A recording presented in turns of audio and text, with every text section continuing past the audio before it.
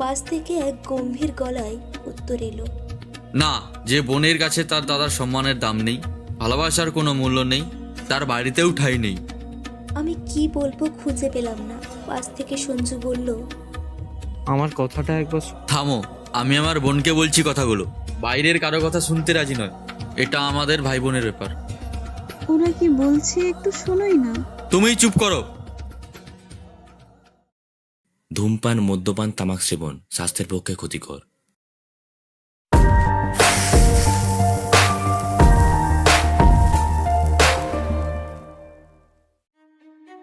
গল্পের আগের পর্বে আপনি শুনেছেন নীলু ও সঞ্জুর একে অপরের ভালোবাসার কথা, কিন্তু নীলুর বাড়িতে বিয়ে ঠিক করে এবং নীলু সে বিয়ে করতে রাজি হয় না।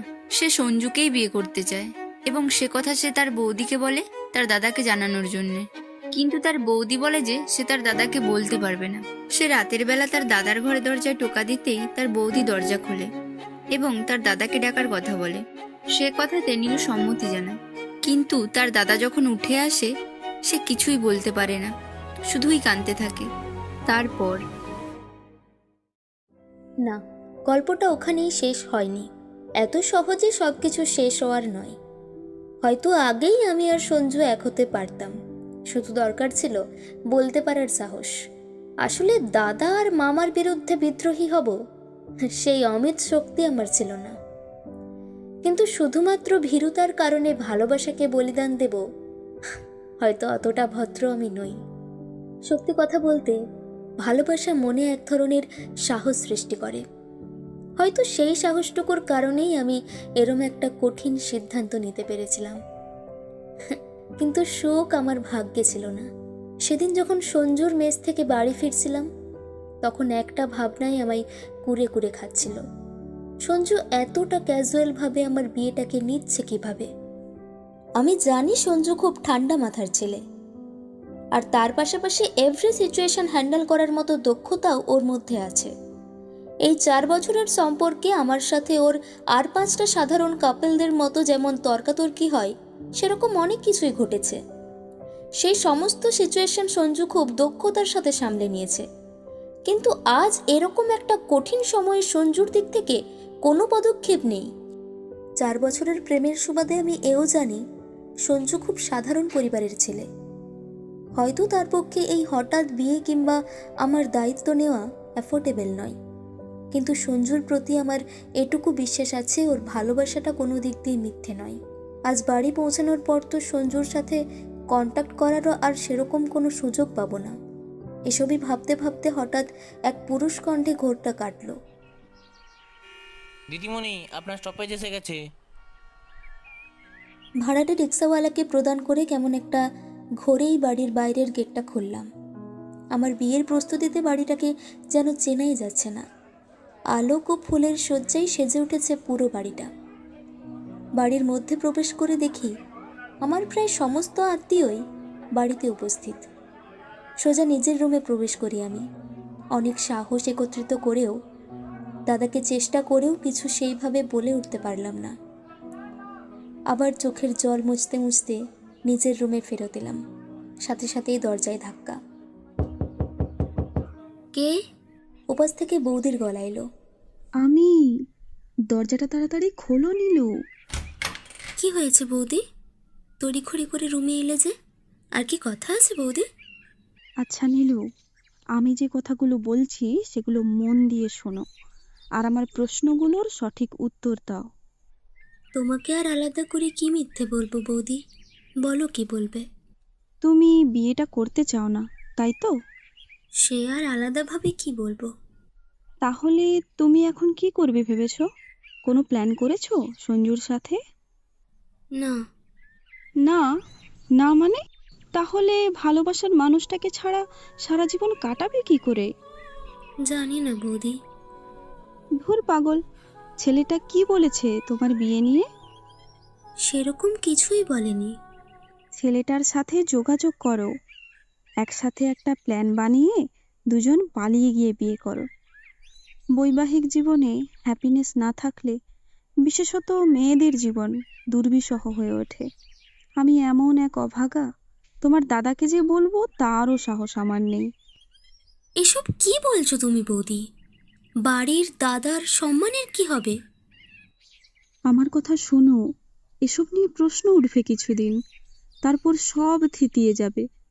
সম্মানের কথা ভেবে নিজের জীবনটা দুঃখের দিকে ঠেলে দেবে নীলু। সে যাই হোক, তুমি ভেবে আমায় জানিও। এখন আসি আমি। তোমার দাদা আবার আমায় না দেখতে পেলে বাড়ি মাথায় করবে। তবে একটা কথাই বলবো, আমি মন থেকে চাই তুমি সুখী হও। বলে বৌদি বিদায় নিল। বৌদির এসব কথা শোনার পর কেমন যেন হতভম্বের মতো হয়ে গিয়েছিলাম। তবে বৌদির কথাগুলো কোনো অংশে ভুল নয়। সারা জীবন পিছুটান বয়ে বেড়ানোর থেকে বৌদির কথা মতো চললে জীবনে অর্থনৈতিক সমৃদ্ধি না পেলেও মানসিকভাবে খুশি তো থাকা সম্ভব। অনেকক্ষণ ধরে ভাবলাম, বৌদির কথাগুলো যেন স্ফুলিঙ্গের এক অপ্রতিরোধ সাহসের জন্ম দিয়েছে। মনে মনে ভাবলাম, যা হবে ভালোই হবে। পরদিন বৌদিকে সুযোগ পেয়ে জানালাম, বৌদি, আমি অনেক ভেবেছি, তোমার কথাটাই ঠিক। শুধু তুমি একটু দাদা আত্মীয়দের সামলে নিও। ও আমি সামলে নেব, তুমি চিন্তা করো না। কিন্তু এখন কি করব বৌদি? তার সাথে তো আমার এরম কোনো কথা হয়নি। বৌদি ঠিক উত্তর দিতে যাবে তখনই পাশ থেকে দাদা ডাক দিল। কিরে, তোরা কি করিস এখানে? আমার বোনের বিয়ে বলে কথা, আমার যে কি আনন্দ হচ্ছে। আচ্ছা নীলু, রাতে রুমে এসেছিলি না? তোর গলাটা শুনলাম বোধ হয়। বৌদির সাথে একটু কথা ছিল দাদা। ইতিবাচক ঘাড় নাড়িয়ে এবার বৌদির দিকে নয়নক্ষেপ করে বলল, বাড়িতে এত লোকজন, যাও, কার কি প্রয়োজন দেখো, দাঁড়িয়ে থাকলে হবে? বৌদি মুখ নিচু করে বলল, যাই। দাদা বিদায় নিল। দাদা নিরাপদ দূরত্বে গেছে কিনা উকি মেরে দেখে বৌদি বলল, তুমি ছেলেটাকে সবকিছু ফোনে জানাও, তারপর আমি তোমার সাথে কথা বলছি। বলে বৌদি চলে গেল। সাথে সাথে নিজের রুমে দৌড়ে গেলাম। তারপর দরজা বন্ধ করে সঞ্জুকে কল করলাম।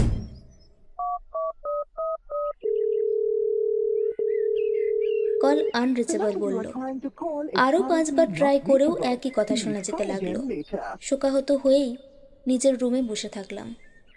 কিভাবে সঞ্জুর মতো একটা ছেলে এতটা ইররেসপন্সিবল হতে পারে, আবার নিজের প্রেমিকাকে নিয়ে?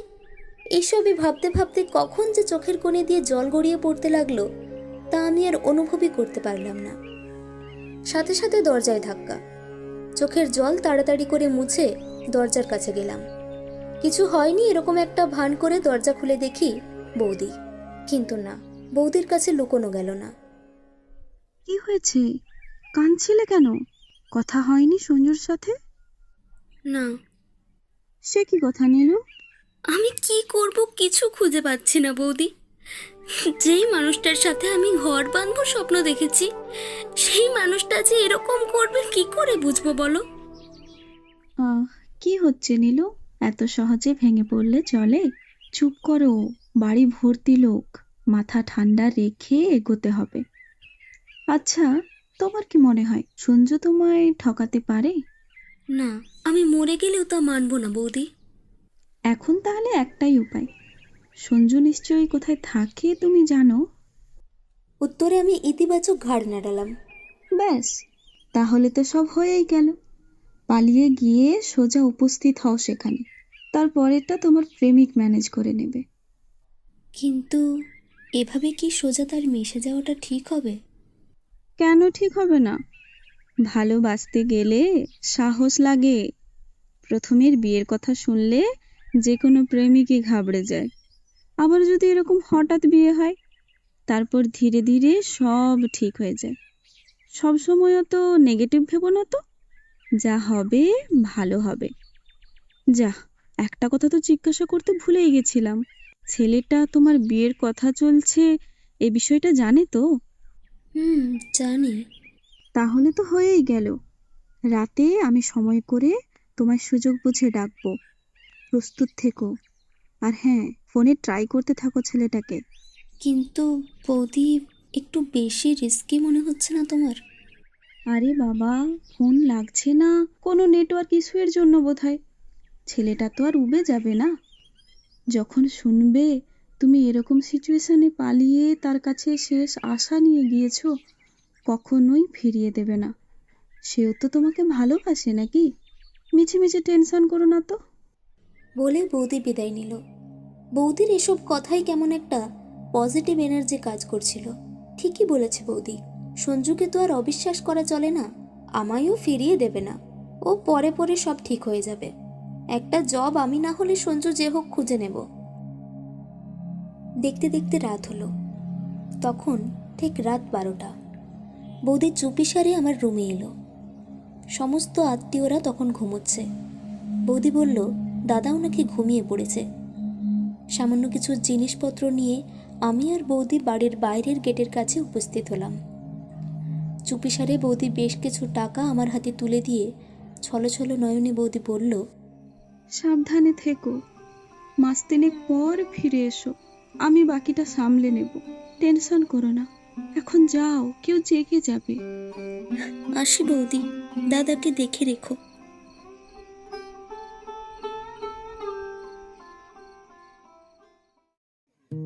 আপনি শুনছেন ভালোবাসার গল্পের দ্বিতীয় পর্ব। এখনো যদি সাবস্ক্রাইব না করে থাকেন তাহলে করছেনটা কি? এখনই সাবস্ক্রাইব করে নোটিফিকেশন বেলটা অল করে দিন। তাহলে বাকিটা শোনা যাক। বাড়ি ছেড়ে আসবার সময় বৌদি বলেছিল 3 মাস পর বাড়ি ফিরতে। আজ আমি বাড়ি ছেড়ে 5 মাস। কি মুখে বাড়ি ফিরব? তাছাড়া কার সাথেই বা ফিরব? কোথায় বা আমার সঞ্জু? কোথায় বা সেই সুখ যার জন্য আমার গৃহত্যাগ? সেই রাতে পল্টনের মেসে যখন পৌঁছলাম তখন রাত 1টা। সঞ্জুর সুবাদে অনেকবারই যেহেতু পল্টনের মেসে আমার যাতায়াত হয়েছে, তাই মেসে ওই গভীর রাতেও ঢুকতে আমার খুব একটা অসুবিধায় পড়তে হয়নি। কিন্তু মেসে পৌঁছে যে খবরটা আমি পেয়েছিলাম তাতে আমার পায়ের তলার মাটি সরে যায়। সঞ্জুর ব্যাপারে যখন আমি জিজ্ঞেস করি তখন পল্টন বলতে শুরু করে, সঞ্জু তো গতকাল হঠাৎ করে এসে আমার কাছে বলে সে নাকি রুম ছেড়ে দেবে। জিজ্ঞাসা করেছিলাম তোর পড়ার কি হবে? উত্তরে সব নাকি ছেড়ে দেবে। কারণ জিজ্ঞাসা করলেও আর সেরকম কোনো উত্তর দেয়নি। শুনে আমার মাথায় আকাশ ভেঙে পড়ে। এখন সঞ্জু কোথায়? জানি না কোথায় আছে, কি করছে, কিছুই তো বললো না। আর কোনো প্রশ্ন না করে সোজা বেরিয়ে আসি আমি মেস থেকে। তারপরে হাজার চেষ্টা করেও আমি সঞ্জুর খোঁজ পাইনি। বাড়ি যাবো যে তারও মুখ নেই আমার। এখন আমার ঠাঁই বলতে ভাড়া করা এক ছোট রুম, 3টে টিউশন করে পেট চালানো আর বিভিন্ন কোম্পানিতে ইন্টারভিউ দিতে যাওয়া। মাঝে মাঝে মনে হয় বাড়ি ফিরে যাই, কিন্তু এই ব্যর্থতা নিয়ে বাড়ি ফিরি কিভাবে? জানি না দাদা বৌদি কেমন আছে। এভাবেই চলতে থাকা আমার চিরাচরিত সাধারণ একদিন যে অসাধারণ হয়ে উঠবে, সাথে এরকম একটা বিস্ময়কর পরিস্থিতির সম্মুখীন হতে হবে, তা আমি স্বপ্নেও কল্পনা করতে পারিনি। বাড়ি ছেড়ে আমার তখন প্রায় 1.5 বছর অতিক্রান্ত। পরিবার পরিজনহীন এই একঘেয়ে শোকাহত জীবন যখন বিতৃষ্ণায় পরিণত হয়েছে, তখনই ঘটেছিল ঘটনাটা। হঠাৎ করে আমি যে এরকম দুর্বিপাকে পড়ব তা আমার কাছে প্রায় আশাতীত।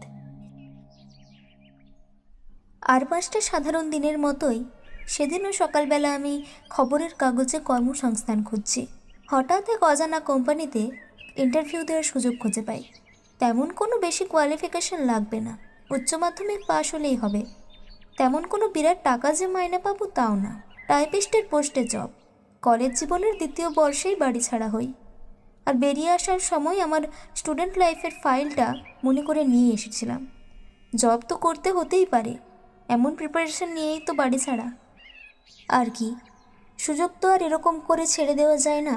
তাই তাড়াহুড়ো করে প্রস্তুত হলাম ইন্টারভিউ দিতে যাওয়ার জন্য। ঠিক 11টায় ইন্টারভিউ শুরু হবে। আমি যখন পৌঁছলাম তখন 10:30। দেখলাম প্রায় 16 জন এসেছে ইন্টারভিউ দিতে। আমার দাদার বয়সী লোকেরাও দেখছি ইন্টারভিউ দিতে এসেছে। আর সব জায়গার মতো আমরা সবাই ওয়েট করতে লাগলাম।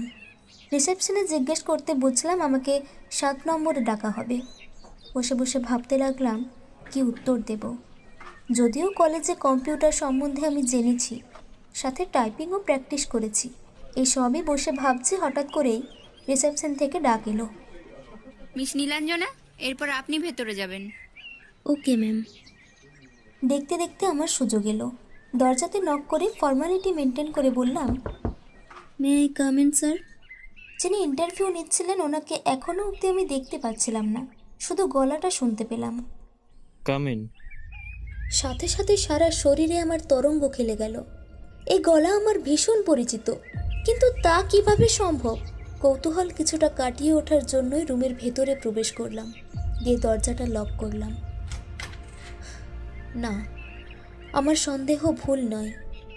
সামনের চেয়ারে সশরীরে বসে আছে সঞ্জু। সঞ্জু তখনও অবধি আমায় লক্ষ্য করেনি, ও ফোন ঘাঁটছিল। আমি তখন কিংকর্তব্য বিমূঢ় হয়ে পড়ি। সমস্ত রাগ অভিমান ফুলে ফেঁপে উঠতে লাগলো আমার মধ্যে। শুধু একটা কথাই আমার মুখ থেকে বেরোলো, অকৃতজ্ঞ বেঈমান। গলা শুনে সঞ্জু চমকে ওঠে।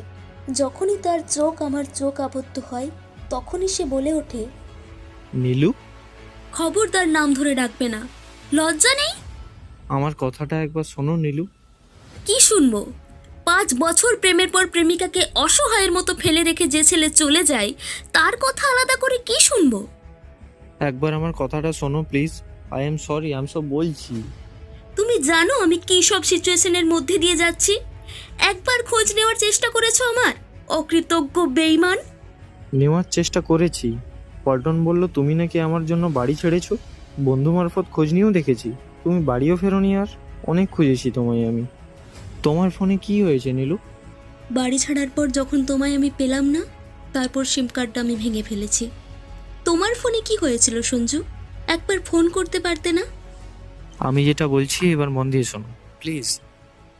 তখন আমার রাগ কিছুটা কমে এসেছে, কিন্তু চোখের জল অবিরাম পড়তে লাগলো। সঞ্জু উঠে এসে আমার হাত ধরে চোখের জল মুছে দিতে দিতে বলল, ধুর পাগলি, কাঁদিস কেন? আমার কথাটা শোন। ভাগ্যের পরিহাসে আমরা দুইজনই দুইজনকে প্রায় 1 বছর খুঁজেছি। তখন তুমি কোথায় ছিলে? ফোন লাগছিল না কেন? যেদিন তুমি আমার মেসে সব ছেড়ে ছুড়ে সমস্ত আশা নিয়ে চলে এসেছিলে, তার আগের দিনই বাবার মৃত্যুর সংবাদটা আমি পাই। কি কি বলছো তুমি এসব? কাকু মারা গেছেন? কিভাবে? ঘুমের ভেতরেই কার্ডিয়াক অ্যারেস্ট। সব জিনিসপত্র নিয়ে তৎক্ষণাৎ বাড়ির উদ্দেশ্যে রওনা দেওয়া ছাড়া আর উপায় ছিল না নীলু। সে তো বুঝলাম, কিন্তু তুমি পড়া ছাড়লে কেন? আমার পারিবারিক অবস্থা তো তুমি সবই জানো নীলু। এমন ভাগ্য, রাস্তায় বাড়ি ফেরার সময় ফোনটাও চুরি হয়ে যায়। আমার সেই মুহূর্তে ফোন কেনার সামর্থ্য ছিল না। সংসার তো বাঁচাতে হবে, তাই বাবার শেষকৃত্য সম্পন্নের পরই চাকরি খোঁজার উদ্দেশ্যে শহরে আসতে হয় আমাকে। এসে তোমার খোঁজ হাজার করেও পাইনি। পরে পরে এই জবে জয়েন করি। মোবাইল কিনে নতুন সিম কার্ড দিয়ে যখন তোমায় কল করার চেষ্টা করি, তখনও পাইনি। I love you. I love you to my love. তুমি কি করে ভাবলে এত সহজে সঞ্জু তোমার হাত ছেড়ে দেবে? আমি বিশ্বাস করিনি গো, কিন্তু আমার সাথে যা ঘটেছে বিশ্বাস করা ছাড়া উপায় কি বলো? যা হয়েছে তা বাদ দাও, চলো আমরা নতুন করে শুরু করি। তোমার মোবাইল নাম্বার আর অ্যাড্রেসটা আমাকে দাও, বিকেলে দেখা করব। এটা অফিস, এখানে সব কথা বলা সম্ভব না। সব কিছু আদান প্রদানের পর আমি যখন সঞ্জুর অফিস থেকে বেরোলাম, তখন যেন এই পৃথিবীর সবচেয়ে সুখী মেয়ে আমি। কোথায় হারিয়ে গেল 1.5 বছরের ব্যর্থতা, ভারাক্রান্ততা? বৌদি ঠিকই বলেছিল, যা হয় ভালোই হয়। রুমে পৌঁছে সে কী যে সুখানুভূতির মধ্য দিয়ে আমার বিকেল অবধি সময়টা কেটেছিল, তা আমার পক্ষে বর্ণনা করা সম্ভব নয়। এবার কিন্তু কোনো ব্যর্থতা নয়। প্ল্যান মতো আমি আর সঞ্জু দেখা করলাম একটা নিরিবিলি প্লেসে। 2টো আইসক্রিম হাতে নিয়ে আমি বললাম, এবার কি করব বলো? দাঁড়াও, একটু ভাবতে দাও। আচ্ছা। সঞ্জু বেশ কিছুক্ষণ চুপ করে বসে রইল। দেখে মনে হলো সেই পুরনো সঞ্জু তার শীতল মস্তিষ্কে কিছু একটা ক্যালকুলেশন করে চলেছে। বেশ কিছুক্ষণ এইভাবে কেটে গেল। তারপর সঞ্জু বলতে শুরু করলো, দেখো নীলু, আমার মনে হয় আমাদের দুজনেরই এবার তোমার বাড়িতে যেয়ে যোগাযোগ করা উচিত। কি? তোমার কি মাথা খারাপ হয়েছে? আমি কি মুখ নিয়ে দাঁড়াবো দাদা আর মামার কাছে? তুমি আমার দাদাকে চেনো না, দাদা ভীষণ রাগী। বি পজিটিভ নীলু, যতই হোক মানুষটা তোমার দাদা, তুমি চাও না আমরা পারিবারিক সূত্রে মিলিত হই? সে তো চায়, কিন্তু দাদা মানবে তো? পরিস্থিতির অদ্ভুত পরিহাসে তুমি অনেক সহ্য করেছো আমার জন্য। আর না, আমিও যাব তোমার সাথে। তবে দাদাকে একটু সাহসিকতার সাথে আমাদের সাথে ঘটে যাওয়া যাবতীয় ঘটনার কথা খুলে বললে দেখবে দাদা রাজি হয়ে যাবে। আচ্ছা, তাই হবে। সঞ্জু তার হাতটা আমার হাতের ওপর রেখে বলল, বি পজিটিভ, দেখো ভালো দিন আমাদের আসবেই। সেই মতোই প্ল্যান হলো দুজনের। আগামী সোমবার সকাল 10টায় দুজনে যাব আমার বাড়ি। এই কিছুদিনে আমার চোখের জলের বাঁধ ভেঙেছে, তবে প্রতিবারই সেই চোখের জল ম্রিয়মান হয়ে গেছে আমার সঞ্জুর সাপোর্টের কাছে। জানি না আমার মাতৃরূপী বৌদিটা কেমন আছে, কেমনই বা আছে আমার পিতৃতুল্য দাদা। দেখতে দেখতে সপ্তাহটা এগিয়ে যায়। সম্মুখে এসে উপস্থিত হয় সোমবার সকাল। জানি না দাদার প্রতিক্রিয়া কেমন হবে। সাত সকালে সঞ্জু রেডি হয়ে রুমে আসে। আমিও প্রস্তুত হয়ে দুজনে একসাথে বাস ডিপোটে যেয়ে কর্নার সিট একটা বুক করি। পুরো রাস্তায় যখনই উদাসীনতা আমায় গ্রাস করতে চেয়েছে, ততবারই আমার জীবনসঙ্গীর মৃদু কণ্ঠস্বর রূপে ভেসে এসেছে, বি পজিটিভ। এই কথাগুলো আমায় নতুনভাবে পজিটিভ এনার্জিতে ভরিয়ে দিয়েছে। বসে থাকতে থাকতে কখন যে মাথাটা সঞ্জুর কাঁধে রেখেছি তা আমি বুঝতেই পারিনি। প্রেমিকার এই আচরণের প্রতিক্রিয়া স্বরূপ যখন সঞ্জু তার হাতটা ধীরে ধীরে আমার মাথার ওপর রাখল, তখন সব অনিশ্চয়তা মুছে যেয়ে একটা অদ্ভুত আশ্বস্ততায় মেতে উঠল, আর হৃদয়ে এক স্পষ্ট অনুভূতি গেঁথে গেল, দ্য বিউটি অব লাভ। কিন্তু না, এই আশ্বস্ততা, এই সৌন্দর্যতা, এসব কিছুই যে আমার মতো এক অভাগিনীর কাছে বিলাসিতা। বাস ধীরে ধীরে তার গন্তব্যে পৌঁছায়।